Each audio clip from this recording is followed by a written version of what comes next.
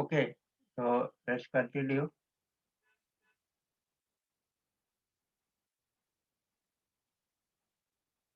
तो ये हो गया। नेक्स्ट देखो मॉड्यूलस फंक्शन। यहाँ तक किसी को कुछ पूछना भी है?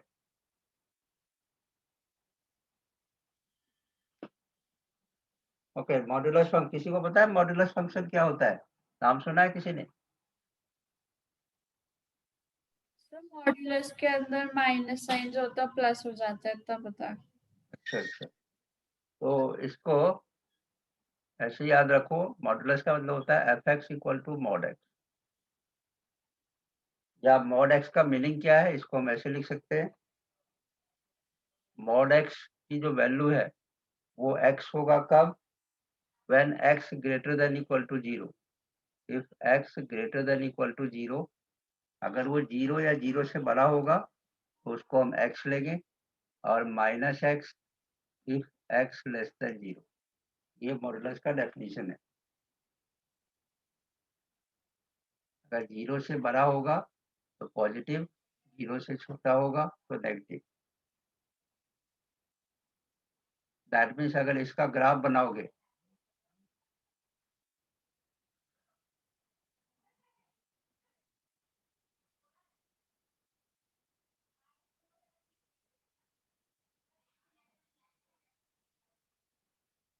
एक मिनट।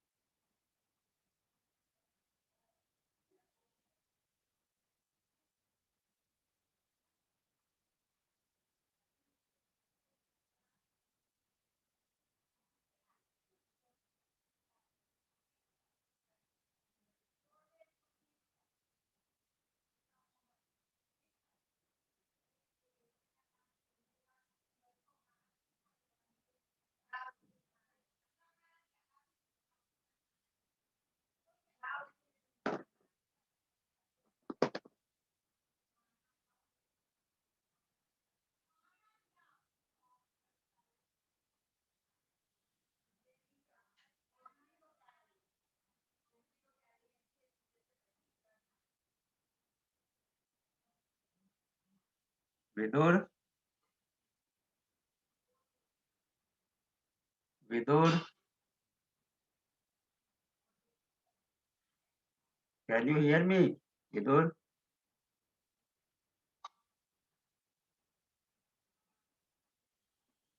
विदुर, क्या मेरी आवाज आ रही है?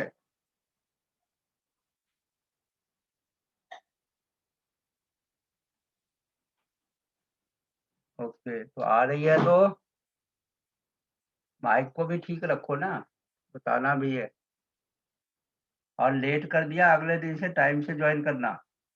मैंने कहा था कि 2-3 बात है। टाइम से ज्वाइन करना, होमवर्क रेगुलर करना।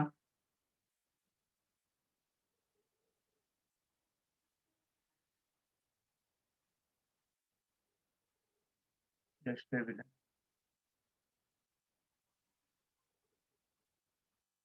Okay, so mod x equal to x if x greater than equal to 0, minus x if x less than 0।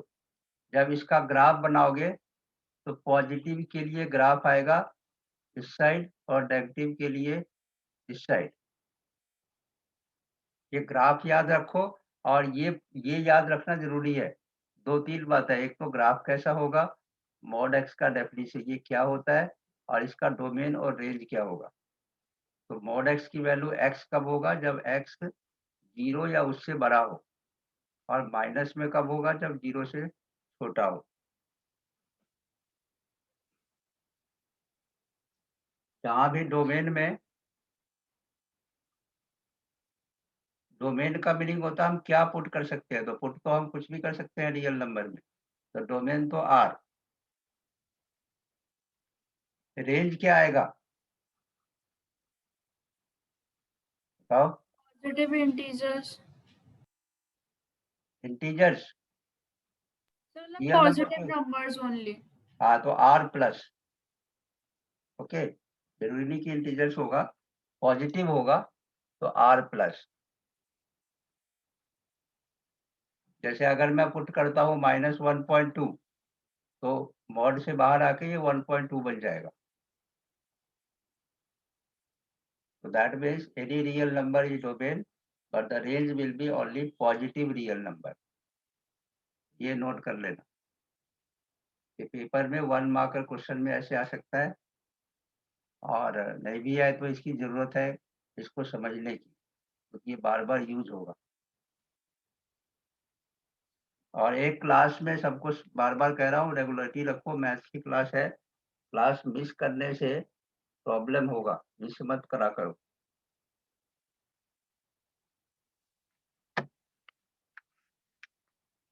Okay, next is greatest integer function.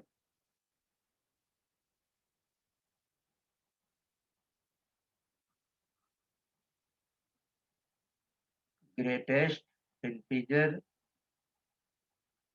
Function. जिस बच्चे ने पहले नहीं किया है, डोंट वरी फॉर दैट, मैं एक बार और रिवीजन कराऊंगा, सेट थ्योरी का भी, रिलेशन फंक्शन का भी, तो इसलिए अब से रेगुलर हो जाओ। तो ग्रेटेस्ट इंटीजर फंक्शन में इसमें क्या होगा, we take the greatest integer. Greatest integer function में वी टेक ग्रेटेस्ट इंटीजर। इसका क्या मीनिंग है, जैसे अगर कोई वैल्यू आता है और इसको डिनोट ऐसे करते हैं, या तो ऐसे डिनोट करेंगे या ऐसे डिनोट करेंगे, इस बड़े ब्रैकेट के बीच में वैल्यू को रखते हैं। जैसे मैंने यहाँ पे रखा 2.7, और इसका ग्रेटेस्ट इंटीजर फंक्शन क्या होगा, हमने सिर्फ इंटीजर को देखना है, डेसिमल के बाद वाले को नहीं देखना, तो इसका 2 आ जाएगा।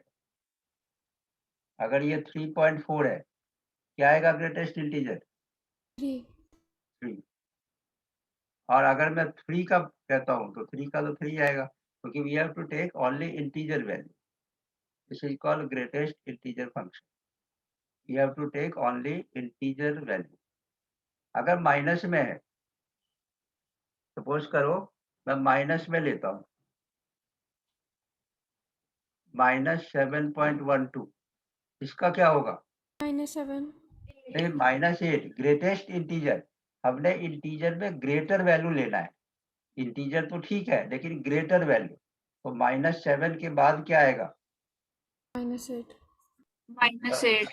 हाँ, आई मीन इसको लिखने में स्मॉलर वैल्यू, जैसे 2.7 है तो मैंने 7 को रिमूव कर दिया, सिर्फ इंटीजर पार्ट लिया 2। 3.4 में इस वैल्यू को हमेशा छोटा लेते हैं, लेकिन वो इंटीजर है, ये देते हैं इंटीजर फंक्शन में। इसको समझने के लिए याद रखना, बोलते तो ग्रेटेस्ट इंटीजर फंक्शन है, लेकिन जो वैल्यू दिया रहेगा इंटीजर पार्ट लेना, लेकिन स्मॉलर वैल्यू लेना, स्मॉलर वैल्यू। जैसे 2.7 में 2, 3.4 में 3, -7.12 -7 से छोटा होता है -8, तो -8। एक और बताओ माइनस सर माइनस -0.5 में क्या लेंगे? 0। -0.5, -0.5 से छोटा क्या होता है इंटीजर में? -1। हाँ, -1, तो इसका -1 हो गया। सर अगर 0.5 होगा तो फिर 0। 0.5 नहीं, हमें इससे स्मॉलर वैल्यू लेना है इंटीजर में, तो 0.5 है ना, 0.5, तो 0.5, 0 से तो यहाँ पे 0.5 है, तो इससे स्मॉलर वैल्यू क्या होगा? -1। अगर ये ऐसे भी होता 0.1 तो भी इसका आता -1। 0.1, 0.2, 0.3, 0.4, 0.5 से लेकर 9 तक भी हो तो अगर ठीक है। माइनस साइन ना होता, सिर्फ 0.5 होता। हाँ, अगर माइनस साइन नहीं होता तो 0 आ जाता। अगर सिर्फ 0 पॉइंट होता तो इसका स्मॉलर वैल्यू इंटीजर में क्या है? 0, तो 0 आ जाएगा। ठीक है, 0 इज ऑल्सो इंटीजर, तो 0 तो आएगा ही। और कोई डाउट है तो और एग्जांपल लेके डिस्कस करो। 8.9 इसका क्या आएगा? यह 8 8। और अगर मैं कहूँ -8.9 अब क्या आएगा? -7 -9 इससे छोटा, यस सर -7 7 तो बड़ा हो जाएगा।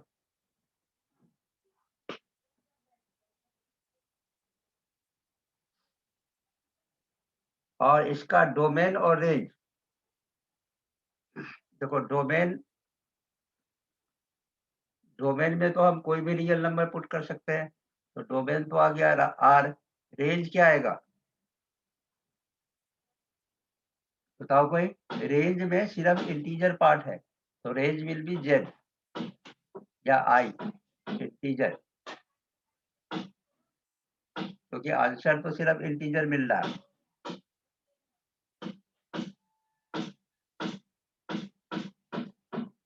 इसका जो ग्राफ है वो ग्राफ कुछ अजीब टाइप का बनता है, कुछ ऐसे बनेगा, टाइप का कुछ ग्राफ बनता है। हमें सिर्फ डोमेन और रेंज याद रखना है, ग्राफ नहीं भी हो तो कोई बात नहीं, कुछ इस टाइप का ग्राफ बनता है। Domain real number, range will be integer. Okay, next signum function. सिर्फ ये याद रखो क्या होता है सिग्नम फंक्शन।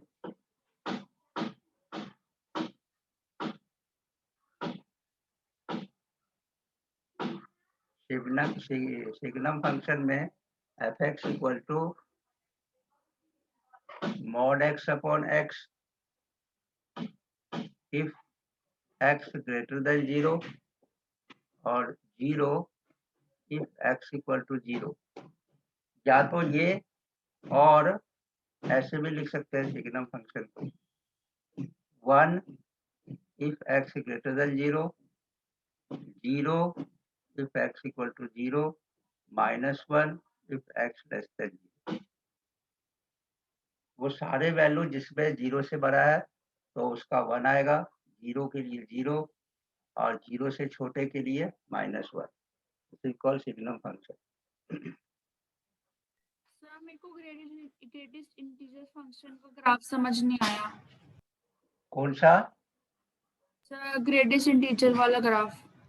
ग्राफ मत देखो, ग्राफ इसका अजीब सा है, सिर्फ ये याद रखो डोमेन, रेंज और ये क्या होता है। ग्राफ की जरूरत नहीं है ग्रेटेस्ट इंटीजर, ठीक है। देखो ग्राफ कैसे बनाते हैं, अगर देखना चाहो तो बता सकता हूँ। इसको स्टेप फंक्शन भी कहते हैं। कोई एक वैल्यू लेके चलते हैं, जैसे सपोज करो मैं एक टेबल बनाता हूँ, यहाँ पे x और y का। x अगर मैंने सपोज कि यहाँ ले लेता हूँ 3 और यहाँ पे 4, एक कोई वैल्यू ये है 0, या ऐसे ले लो 1 2 3 4 5, 1 2 3। अगर ग्राफ सीखना है तो यहाँ फिर से देखो 0 1 2 3 4। अब कोई बिगर वैल्यू लेता हूँ, जैसे मैंने यहाँ पे वैल्यू लिया 1.1, इसका भी 1 आया, 1.2 इसका भी 1 आया, 1.3 इसका भी 1 आया, मीन्स 1.9 तक का 1 आया। तो मैं एक का ग्राफ बना के दिखाता हूँ। सपोज करो ये 1 है और ये 2 है, तो सबकी वैल्यू 1 आ रहा है, दैट मीन यहाँ से यहाँ तक ये जो वैल्यू है वो एक स्टेप हो गया, ठीक है सस्मिता? Yes sir. हाँ, ऐसे ही दूसरा अगर 2 से 3 तक लोगे तो इसकी वैल्यू 2 से बड़ा होगा, तो दूसरा ऐसे बनेगा। Yes sir. तो ऐसे तीसरा अगर बनाएंगे तो तीसरा ऐसे बनेगा। बस यूं ही इस तरह से ग्राफ बनेगा। अब समझ आया? Yes sir.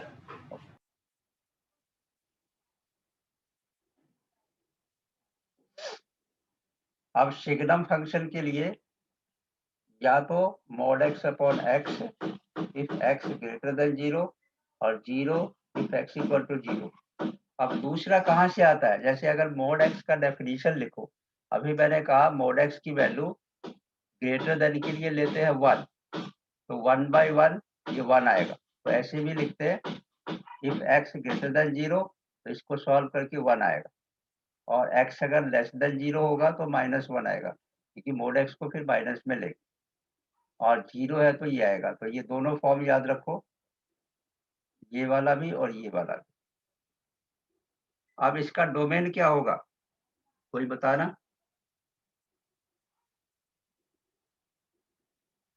Sir, all real numbers. All real number, बिल्कुल ठीक है।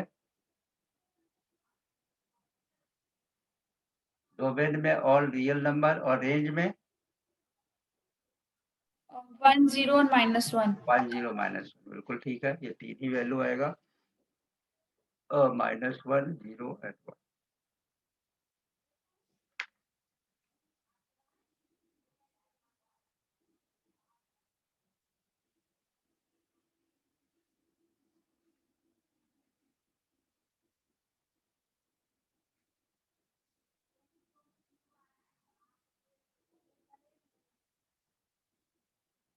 मेन फंक्शन है वो देख लो। Next we have square function.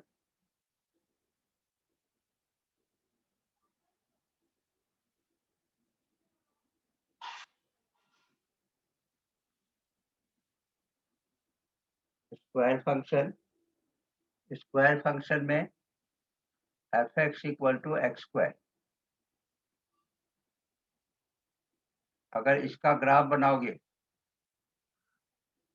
तो इसका ग्राफ कुछ इस टाइप का बनेगा, f x equal to x square, या इसको हम लिख सकते हैं y equal to x square. अगर प्रॉपर ग्राफ चाहिए तो उसके लिए टेबल बनाना है। ये एक table,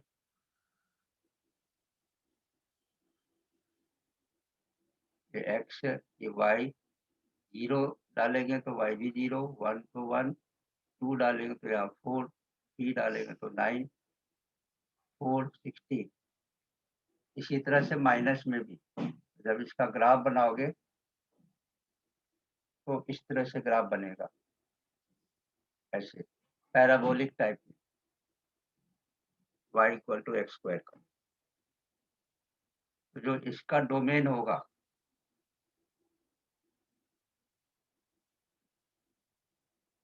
again domain can be any real number, Yes. okay, and the range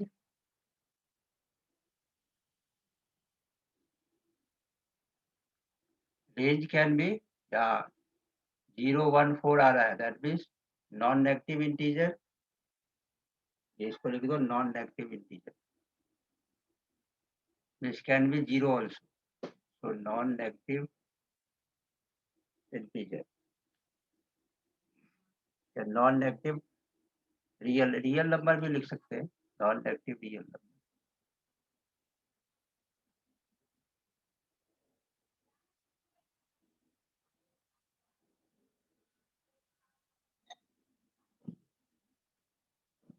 और ऐसे लिख सकते हैं 0 से इंफिनिटी, जिसमें 0 इंक्लूड होगा, 0 के साथ ये ब्रैकेट।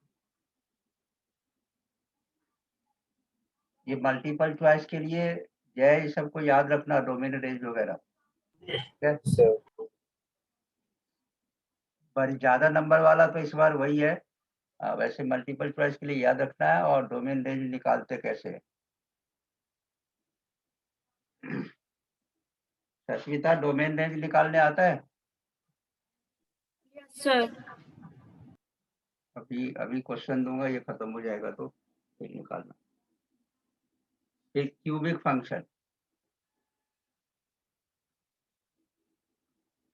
क्यूब फंक्शन में F x equal to x cube, ये क्यूब फंक्शन।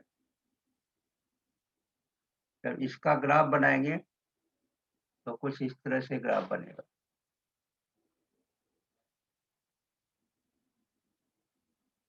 ग्राफ खुद ही बना सकते हो कोई भी वैल्यू लेके।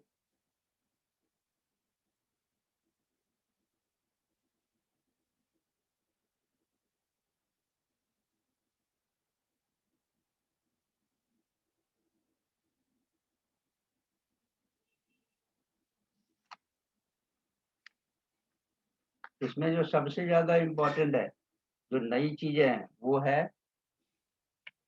मॉडुलस फंक्शन और सिग्नम फंक्शन।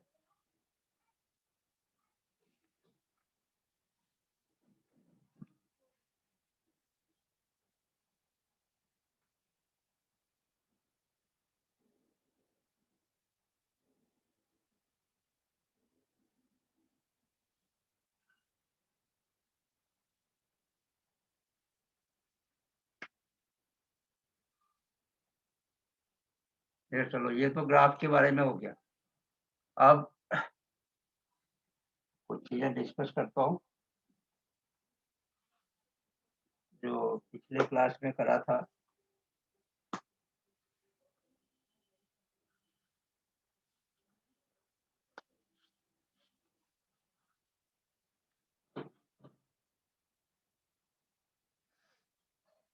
एक बार फंक्शन के बारे में फिर से बता दूं, फंक्शन क्या होता है।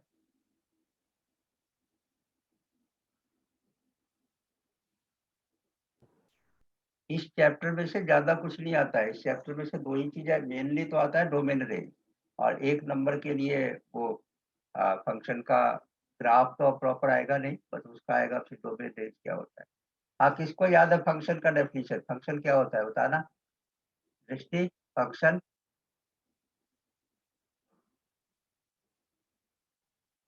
पिछले क्लास में कराया था ना, क्या होता है फंक्शन? जय, क्या होता है function?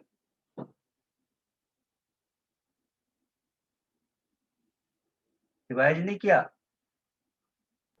Sir, it is a relation in which हाँ, every element of domain has unique image. Okay. Function के लिए ये याद रखना है, a function is a relation. Vidur, ये देख लो दोबारा अच्छी तरह से, तो दोबारा लिख लो। ये स्टार्टिंग का बता देता हूँ। A function is a relation in which, दो बातें होना चाहिए इसमें। Every element of domain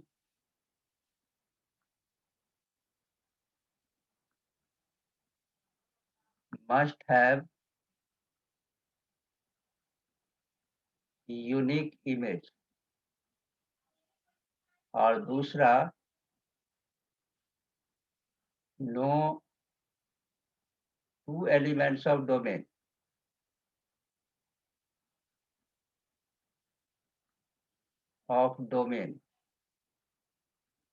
be same.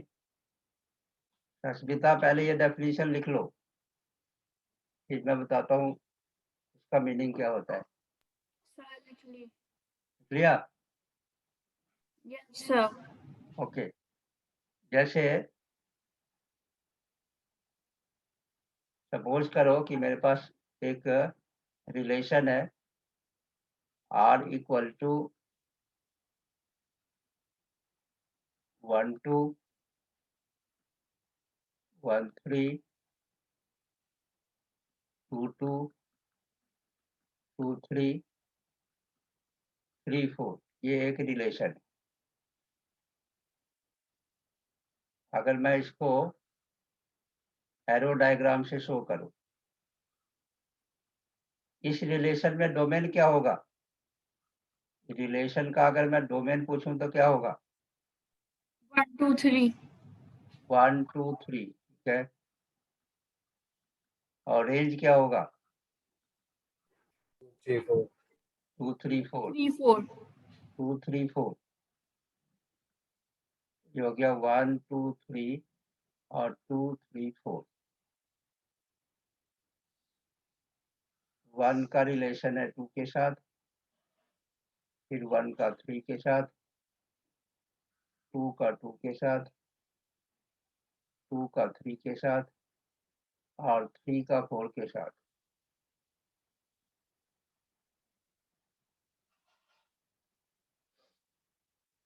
तो रिलेशन तो है, लेकिन फंक्शन के लिए मैंने क्या कहा, देखो एवरी एलिमेंट। फंक्शन के लिए सीधा नीचे वाला पॉइंट याद रखो, नीचे वाले जो लाइन है, no two elements of domain be same. ये जो डोमेन का किसी ऑर्डर्ड पेयर की बात करूं तो ये 1 2 1 3 2 2 2 3 है, इसमें डोमेन क्या है 1 2 3। जहां पे अगर देखो तो ये 1 2 1 3 ये सारे जो ऑर्डर्ड पेयर का फर्स्ट एलिमेंट है वो डिफरेंट होना चाहिए। यहाँ 1 यहाँ भी है, 1 यहाँ भी है, 2 यहाँ भी है, 2 यहाँ भी है। तो ऑर्डर्ड पेयर का फर्स्ट एलिमेंट फंक्शन के लिए डिफरेंट होना चाहिए। इसको ऐसे भी लिख सकते हो, first element of ordered pair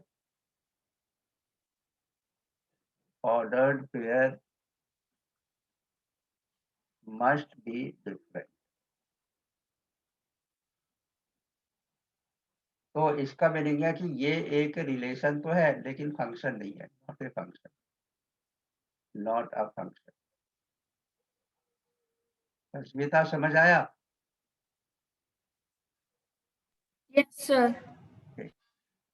तो जैसे ये कोई क्वेश्चन है 2 3 this is a relation, 3 4 5 3 6 4 are equal to this, क्या ये फंक्शन होगा? सर। हाँ, क्योंकि फर्स्ट एलिमेंट क्या है, डिफरेंट है, ये डिफरेंट Yes, होना sir. चाहिए। सेकेंड एलिमेंट सेम है कोई बात नहीं, फर्स्ट एलिमेंट डिफरेंट होना चाहिए। 2 3 5 6 ये फर्स्ट एलिमेंट है, ये डिफरेंट है, तो this is true, this is a function. दृष्टि याद है ना सब? Sir. ओके।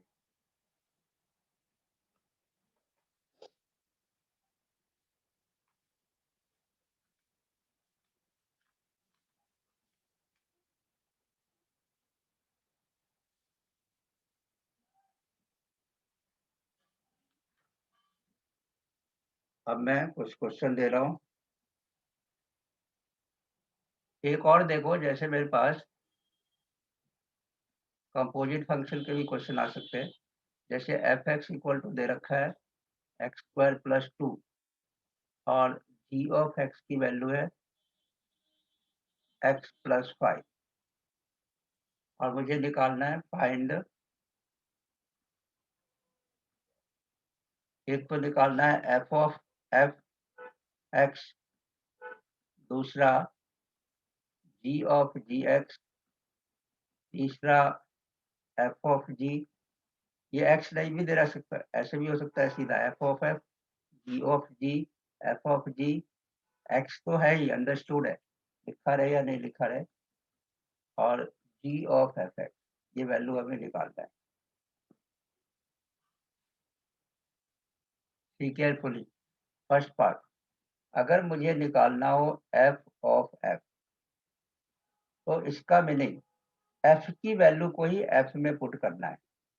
जैसे यहाँ पे एक्स स्क्वायर प्लस 2 दे रखा है, तो put x equal to x square plus 2। जो एफ ऑफ एफ का मीनिंग होता है जो एफ की वैल्यू है वो पूरा का पूरा फिर से पुट करो। तो यहाँ अगर मैं पुट करूंगा ये हो जाएगा एक्स स्क्वायर प्लस 2 का होल स्क्वायर प्लस 2, इसको सॉल्व कर देंगे। अब देखो जैसे मुझे एफ ऑफ जी दे रखा है तो इसका मीनिंग है जी की वैल्यू को एफ में पुट करो। एफ मेरे पास है एक्स स्क्वायर प्लस 2 और जी की वैल्यू है x plus 5, that means put x equal to x plus 5। X के बदले एक्स प्लस 5 पुट करना है, एफ ऑफ जी का मतलब राइट साइड में जो भी है जी की वैल्यू को एफ में पुट करना है।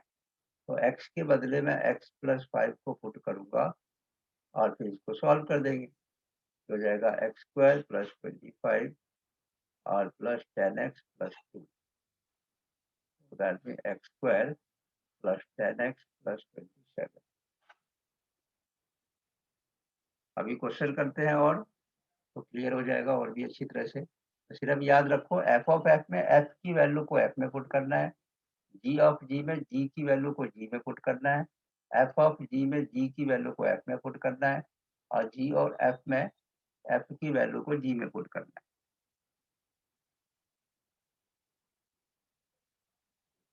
अभी क्वेश्चन करेंगे तो और क्लियर होगा, एक बार रिजॉइन कर लो और फिर क्वेश्चन करते हैं तो क्लियर होगा।